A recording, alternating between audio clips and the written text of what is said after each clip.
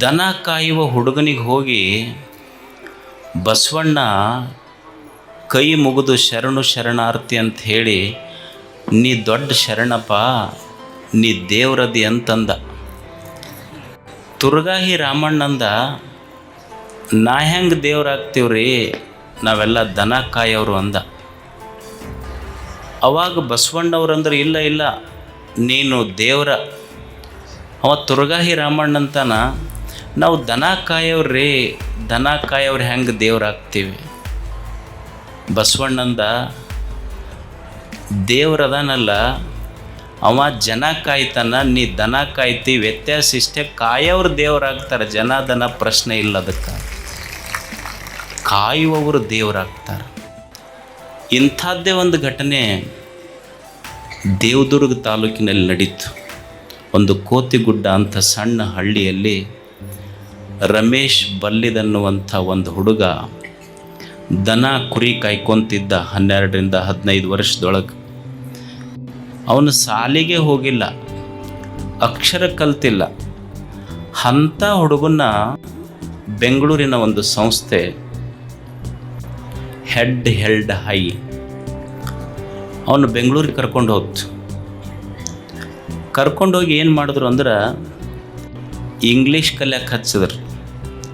ನಾವೆಲ್ಲ English period ಇದ್ದರೂ ಹೊರಗೆ ಓಡಿ ಬರೋ ಮಂದಿ. ನಮಗೆ ದೊಡ್ಡ ಸಮಸ್ಯೆ ಅಂದ್ರೆ ಇಂಗ್ಲೀಷ್ ಅಂತ. ಸಾಲಿ ಕಲಿಲಾರ್ದ ದನ ಕಾಯ ಹುಡುಗನಿಗೆ ಹೋಗಿ communication skills, spoken English, basic computer ಕಲಿಸಿದ್ರು.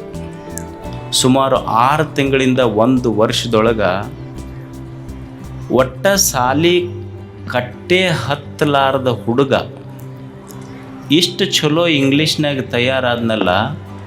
ಅವ ಈಗ ಹೆಂಗಾಗ್ಯಾನಂದ್ರೆ, ಈ BEd CET ಟೆಟ್ ಅಂತ ಇರ್ತೈತಿ, ಟೀಚರ್ ಆಗೋರಿಗೆ, KS ಆಗೋರಿಗೆ, IAS ಆಗೋರಿಗೆ, JEE ಹೋಗೋರಿಗೆ ಇಂಗ್ಲೀಷ್ ಹೇಳ್ಕೊಡ್ತಾನ. ಅವನೇ ರಮೇಶ್ ಬಲ್ಲಿದ್. ನಮ್ಮ ಎದುರಿಗಿದ್ದಾರವ್ರು.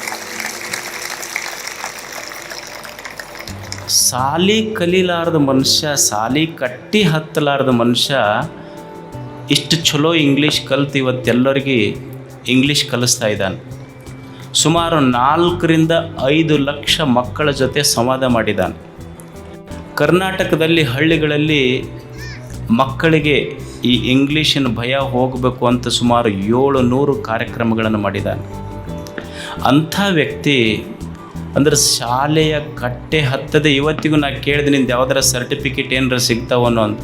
ಅದು ಸರ್ಟಿಫಿಕೇಟಿಗೆ ನಮಗೆ ಒಟ್ಟ ಬೆಟ್ಟಿನೇ ಇಲ್ಲರಿ ಅಜ್ಜರ, ನಮಗೂ ಅದಕ್ಕೂ ಅಂದವ. ಸರ್ಟಿಫಿಕೇಟ್ ಇಲ್ಲ, ಆದ್ರೆ ಭಾಳಷ್ಟು ಜನರಿಂದ ಸರ್ಟಿಫೈಡ್ ಆಗೈತೆ ಅವನಿಗೆ, ಇವ ಚಲೋ ಇಂಗ್ಲೀಷ್ ಮಾತಾಡ್ತಾನಂತೇಳಿ. ಅಂಥ ಒಬ್ಬ ಸಾಧಕ ನಮ್ಮ ಎದುರಿಗಿದ. ನಮಗೆಲ್ಲ ಉತ್ತರ ಕರ್ನಾಟಕದ ಮಂದಿಗೆ ನಮ್ಮನ್ನು ಹಿಡ್ಕೊಂಡು ಹೇಳೋದು, ನಾವೆಲ್ಲ ಇಂಗ್ಲೀಷ್ ಪೀರಿಯಡ್ ಇದ್ದರೂ ಹೊರಗೆ ಬರ್ತಿದ್ವಿ. ನನಗೆ ಖಡಿ ಸರ್ ಅಂತಿದ್ರು ಇಲ್ಲಿ, SB ಖಡಿ ಅವ್ರು ಅಂತಂದು. ನಾವು ಒಟ್ಟ ಇಂಗ್ಲೀಷ್ ಪೀರಿಯಡ್ ಇತ್ತು ಅಂದ್ರೆ ಹೊರಗೆ ಓಡಿ ಬರ್ತಿದ್ದೆ. ಒಂದು ದಿವ್ಸ ನಾನು ಹಿಡಿದು, ಸ್ವಾಮಿ ನೀ ಕುಂದ್ರಬೇಕು, ನೀನು ಇಂಗ್ಲೀಷ್ ಪೀರಿಯಡ್ನಾಗ ಅಂತ ಕುಂದ್ರಿಸಿದ್ರು ನನಗೆ. ನಿಮಗೆ ಆಶ್ಚರ್ಯ ಅನ್ನಿಸ್ಬೋದು, ನನಗೆ BA ಫೈನಲ್ ಇಯರ್ ಪಾಸ್ ಆದಮೇಲೆ ಒಂದು ಇಂಗ್ಲೀಷ್ ಸೆಂಟೆನ್ಸ್ ಫುಲ್ ಸ್ಟಾಪ್ ಬಂತು ಅಂದ್ರೆ ನೆಕ್ಸ್ಟ್ ಕ್ಯಾಪಿಟಲ್ ಬರಿಬೇಕು ಅನ್ನೋದು BA ಫೈನಲ್ ಇಯರ್ ಆಗಿಂದ ಗೊತ್ತಾಗೈತೆ ನಮಗೆ. ನಾವು ಹೆಂಗೆ ಇಂಗ್ಲೀಷ್ ಪಾಸ್ ಮಾಡಿದ್ವಿ ಗೊತ್ತಿಲ್ಲ, ಮತ್ತು ನಮ್ಮನ್ನು ಪಾಸ್ ಮಾಡಿದ ಟೀಚರು ಅಷ್ಟ ಶಾಣ್ಯರಿದ್ರೆ ಕಾಣ್ತೈತೆ. ಒಟ್ಟ ಮಾಡಿ ದಬ್ಬದ್ರೆ ನಮಗೆ ಅವರು ಅಷ್ಟು ದುಬಾರಿ ನಮಗದು. ನಮ್ಮ ಮಗಳ ಸರ್ ಅಂತಿದ್ರಿಲ್ಲ, TV ಮಗಳಾದ ಗುರುಗಳು, ಅವ್ರೊಂದು ತಮಾಷೆ ಹೇಳ್ತಿದ್ರು ನಮಗೆಲ್ಲ ಟ್ಯೂಷನ್ಗೆ ಹೋದಾಗ. ಒಂದು ಹುಡುಗಿತ್ತಂತ, ಅವನಿಗೆ ಭಾಳ ಕಷ್ಟಪಟ್ಟು ಸರ್ ಕಲಿಸ್ತಿದ್ರಂತ. ಅವನಿಗೆ ಎಲೆಕ್ಟ್ರಿಸಿಟಿ ಅನ್ನಂತ ಕಲಿಸ್ತಿದ್ರು. ಅವನಿಗೆ ಅನ್ಲಿಕ್ಕೆ ಬರ್ತಿದ್ದಿಲ್ಲ, ಅವ ಬರೀ ಎಲೆಕ್ಟ್ರಿಕಿಟಿ ಅಂತಿದ್ದವ. ಅವ ಮಾಸ್ತರ್ಗೆ ಒಂದು ದಿವಸ ಬಜಾರ್ದಾಗ ಅವ್ರ ಅಪ್ಪ ಭೇಟಿಯಾದ. ನಿಮ್ಮ ಹುಡುಗಗೆ ಎಷ್ಟು ಸಲ ಹೇಳ್ತೀನಿ ರೀ ಎಲೆಕ್ಟ್ರಿಸಿಟಿ ಅನ್ನಂತಂದು, ಅವ ಬರೀ ಎಲೆಕ್ಟ್ರಿಕಿಟಿ ಅಂತಂದು ಹೇಳಬಾರ್ದನ್ನು ನೀವು. ಸರ್ ಅವನಿಗೆ ಕೆಪಾಕಿಟಿನ ಅಷ್ಟ ಐತಿ ಬಿಡ್ರಿ ಅಂದವ್ರ ಅಪ್ಪ. ಅವನಿಗೆ ಕೆಪಾಕಿಟಿನ ಅಷ್ಟ ಐತಿ, ನೀವ್ಯಾಕೆ ತಲೆ ಕೆಡಿಸ್ಕೊತೀರಿ ಅದ್ರ ಬಗ್ಗೆ. ಅವ ಮಾಸ್ತರ್ ಹೋವಾರ್ದ, ಇದು ಹಿಂಗಾದ್ರೆ ಚಲೋ ಆಗೋದಿಲ್ಲ ಅಂತ ಅವ್ರ ಅಜ್ಜಿಗೆ ಹೋದ. ಅವ್ರ ಅಜ್ಜಿಗೆ ಹೋಗಿ ಭೇಟಿಯಾಗಿ ಹೇಳ್ದ, ಅಲ್ರಿ ಮತ್ತು ನಿಮ್ಮ ಮೊಮ್ಮಗ ನೋಡಿದ್ರೆ ಎಲೆಕ್ಟ್ರಿಕಿಟಿ ಅಂತಾನ, ನಿಮ್ಮ ಮಗ ನೋಡಿದ್ರೆ ಕೆಪಾಕಿಟಿ ಅಂತಾನ, ಇವ್ರಿಗೆ ನೀವರ ಹೇಳ್ಬೇಕಲ್ಲ, ಸರ್ ಅವು ಮಳ್ಳದಾವು, ಎಂದೂ ಯೂನಿವರ್ಸಿಟಿ ಕಟ್ಟಿನೇ ಹತ್ತಿಲ್ಲ, ಅವಕ್ಕೇನು ಗೊತ್ತಾಕೈತಂದ. ಅವು ಒಂದು ದಿವ್ಸ ಯೂನಿವರ್ಸಿಟಿ ಕಟ್ಟಿ ಹತ್ತಿದ್ರೆ ಗೊತ್ತಾಕೈತೆ ಅವು ಮಾಸ್ತರ್ ಅಂದ ಈ ಊರು ಖಾಲಿ ಮಾಡೋದ ಬೇಷ್ ಅಂದವು. ಏನಾದರೂ ಮಾಡಿ ಕೊನೆಗೆ ಇವ್ರ ದುರ್ದೈವಕ್ಕೆ ಅವ್ರ ಮುತ್ತಜ್ಜ ಬದುಕಿದ್ದ, ಅವನಿಗೆ ಹೋಗಿ ಭೇಟಿ ಆದ. ಹೋಗಿ ನಮಸ್ಕಾರ ರೀ ಯಜಮಾನ್ರೆ ಸಾವ್ಕಾರ. ಅವ ಕೈ ನಡುಗ್ತಿತ್ತು, ಮುದಕ್ಕೆ ವಯಸ್ಸಾಗಿತ್ತು 100-110 ವರ್ಷ. ನಿಮ್ಮ ಮೊಮ್ಮಗನಿಗೆ ಕಲಿಸ್ತೀನಿ ಇಂಗ್ಲೀಷ, ಅವ ಎಲೆಕ್ಟ್ರಿಕಿಟಿ ಅಂತಾನ, ಮರಿಮೊಮ್ಮಗ ನಿಮ್ಮ ಮೊಮ್ಮಗ ಕೆಪೆಕಿಟಿ ಅಂತಾನ, ನಿಮ್ಮ ಮಗ ನೋಡಿದ್ರೆ ಯೂನಿವರ್ಸಿಟಿ ಅಂತಾನ, ಇದನ್ನೇನು ಮಾಡಬೇಕು? ಅವ ಕೈ ನಡುಗಿಸ್ಕೊಂತ ಕೈ ಮುಗಿದು ಹೇಳ್ದಂತ, ನೋಡ್ರಿ ಸರ, ಊರಾಗ ನಮ್ಮದೊಂದು ದೊಡ್ಡ ಮನೆತನ ಇದು. ಅವ ಎಲೆಕ್ಟ್ರಿಕಿಟಿಯರ ಅನ್ನಲಿ, ಅವ ಕೆಪ್ಯಾಕಿಟಿಯರ ಅನ್ನಲಿ, ಅವ ಯೂನಿವರ್ಸಿಟಿಯರ ಅನ್ನಲಿ, ದಯವಿಟ್ಟು ಇದು ಪಬ್ಲಿಕಿಟಿ ಮಾತ್ರ ಮಾಡೋಕ್ಕೆ ಹೋಗ್ಬೇಡ. ಈ ವಿಷಯ ಊರಾಗ ಒಟ್ಟು ಪಬ್ಲಿಕಿಟಿ ಮಾಡಬೇಡ್ರಿ. ಅವ ಮಸ್ತರ್ ಅಂದ, ಇವ್ರ ಕಿಟಿಕಿಟಿನೇ ಬೇಡ ಅಂದವ. ಅಂದ್ರೆ ನಮಗೆ ಉತ್ತರ ಕರ್ನಾಟಕದೊಳಗೆ ಎಷ್ಟು ಇಂಗ್ಲೀಷ್ ದುಬಾರಿ ಐತಿ. ಇಂಥದ್ರೊಳಗೆ ಒಟ್ಟ ಸಾಲಿ ಕಲಿತವ್ರದ ಸಮಸ್ಯೆ ನಮಗಿದು. ಸಾಲಿ ಕಲೀಲಾರ್ದ ಹುಡುಗ ಇಂಗ್ಲೀಷ್ ಕಲಿತು, ಕಂಪ್ಯೂಟರ್ ಕಲಿತು ಇವತ್ತು KS ಮತ್ತು IAS ಓದುವ ಹುಡುಗರಿಗೆ tuition class, spoken English, grammar ಹೇಳ್ತಾ ಇದ್ದಾನಲ್ಲ, ಇದು ಒಂದು ಸಾಧನೆ. ರಮೇಶ್ ಬಲ್ಲಿದವರು. ನಮ್ಮಲ್ಲಿ ಒಂದು ಗಾದೆ ಮಾತಿದೆ, ನಾವೇನು ಹೇಳ್ತೀವಿ ಅಂದ್ರೆ ಡೂ ಆರ್ ಡೈ, ಹೌದಲ್ಲ? ಡೂ ಆರ್ ಡೈಯಲ್, ಮಾಡು ಇಲ್ಲವೇ ಮಡಿ ಅಂತ ನಾವು ಹೇಳ್ತೀವಿ. ಹಂಗಲ್ಲ, ಡೂ ಆರ್ ಡೈ ಅಲ್ಲ, ಡೂ ಬಿಫೋರ್ ಡೈ. ಇದು ಕಲಿಬೇಕಾಗಿದ್ದು ನಾವು. Do something before you die. ಅಂಥ ಒಂದು ಸಾಧನೆಯನ್ನು ಮಾಡಿರುವಂಥ ರಮೇಶ್ ಬಲ್ಲಿ. ಮನುಷ್ಯನ ವೈರಿ ಯಾರು? ನಾವೆಲ್ಲ ಹೇಳ್ತೀವಿ ನಿಮ್ಮ ವೈರಿ ಯಾರಂದ್ರೆ ನಮ್ಮ ಮನೆ ಮಗ್ಗಲ್ದವ್ರು ಅದರಲ್ರಿ, ಅವರ ನಮ್ಮ ವೈರಿಗಳು. ಯಾಕಂದ್ರೆ ನಾವು ಇಲ್ಲಾರ್ದಾಗ ನಮ್ಮ ಮನೆ ಮುಂದೆ ಲಿಂಬೆ ಹಣ್ಣು ಇಟ್ಟು ಹೋಗ್ತಾರ ಅವರು,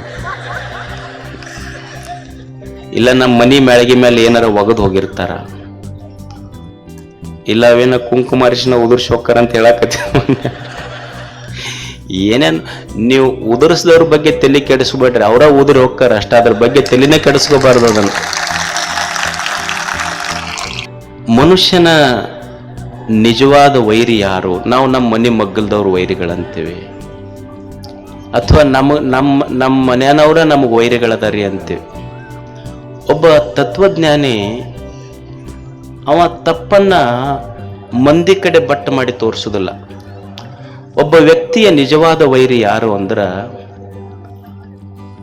ತನ್ನಲ್ಲಿರುವ ಆಲಸ್ಯತನವೇ ಅವನ ನಿಜವಾದ ವೈರಿ ಅಂತ. ಆಲಸ್ಯಂ ಹಿ ಮನುಷ್ಯಾಣಂ ಶರೀರಸ್ಥೋ ಮಹಾನ್ ರಿಪು. ಮನುಷ್ಯನ ಆಲಸ್ಯತನವೇ ಅವನ ನಿಜವಾದ ವೈರಿ ಅಂತ.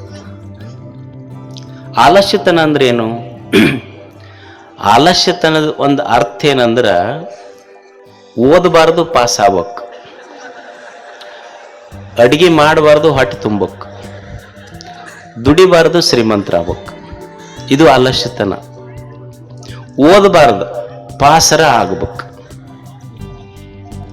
ರಿಸಲ್ಟ್ ಬಂತು, ಮಗೊಂದು ಫೇಲ್ ಆಗೈತಂತ ಬಂತು. ಅವ್ರವ್ವ ಸರ್ ಹತ್ರ ಹೋದ್ಲಿ, ಏನ್ರಿ ನನ್ನ ಮಗ ಯಾವಾಗ್ಲೂ ನೋಡಿದ್ರೆ ಬುಕ್ನ್ಯಾಗ ಇರ್ತಾನ. ಇಲ್ಲವ ಮತ್ತೆ ಫೇಲ್ ಅಂತೂ ಆಗ್ಯಾನ ನೋಡನ್.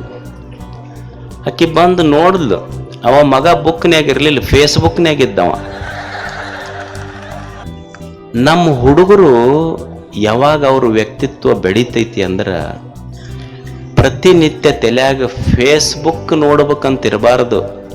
ಮುಂದೊಂದು ದಿವಸ ವಿದ್ಯಾರ್ಥಿಗಳು ಓದುವ ಬುಕ್ಕಿನೊಳಗೂ ನಂದೊಂದು ಫೇಸ್ ಬರ್ಬೇಕಂತ ಅವ್ರ ತಲೆಯಾಗಿರ್ಬೇಕು. ಓದಿದ್ರೆ ಒಂದು ಫಲ ಸಿಗ್ತದೆ. ಅಡಿಗೆ ಮಾಡಬಾರ್ದು, ಹೊಟ್ಟೆಗೆ ತುಂಬಕ್. ಈಗ ತಾಯಂದ್ರಿಗೆ ಕೇಳವ್ರು ಏನ್ ಹೇಳ್ತಾರ, ಅಮಾಸಿ ಹುಣ್ಣಿಮೆ ಬಂತಂದ್ರೆ ಒಟ್ಟು ನಮಗೆ ಅಡಿಗೆ ಮನ್ಯಾಗ ಹೋಗಂಗಾಗಲ್ಲ ಅಂತ. ದುಡಿಲಾರ್ದೆ ಶ್ರೀಮಂತರು ಹೆಂಗಾಗೋದು? ಈ ಕೊಪ್ಪಳ ಜಾತ್ರೆ ಅಂತ ಒಂದು ಜಾತ್ರೆ ಇತ್ತಂದು, ಒಬ್ಬ ಬಂದ, ಅವ ಶ್ರೀಮಂತ ಆಗ್ಬೇಕನ್ನವ. ಇಷ್ಟು ದಿವ್ಸರ ದುಡ್ದಿಲ್ಲ, ಅವ ಏನು ಮಾಡ್ದ, ಒಂದು ಫಸ್ಟ್ ಮಿಠಾಯಿ ಅಂಗಡಿಗೆ ಹೋದ್ನಂತ. ನಮ್ದೊಂದು 25 ಕ್ವಿಂಟಲ್ ಬೋಂದೆ ಆರ್ಡ್ರ್ ಕೊಡೋದೈತಿ, ನಿಮ್ದೊಂದು 4 ಶಾಂಪಲ್ ಕೊಡ್ರಿ ಅಂದು. 4 ಶಾಂಪಲ್ ಇಸ್ಕೊಂಡು ಮತ್ತು ಬೇರೆ ಅಂಗಡಿಗೆ ಹೋದ.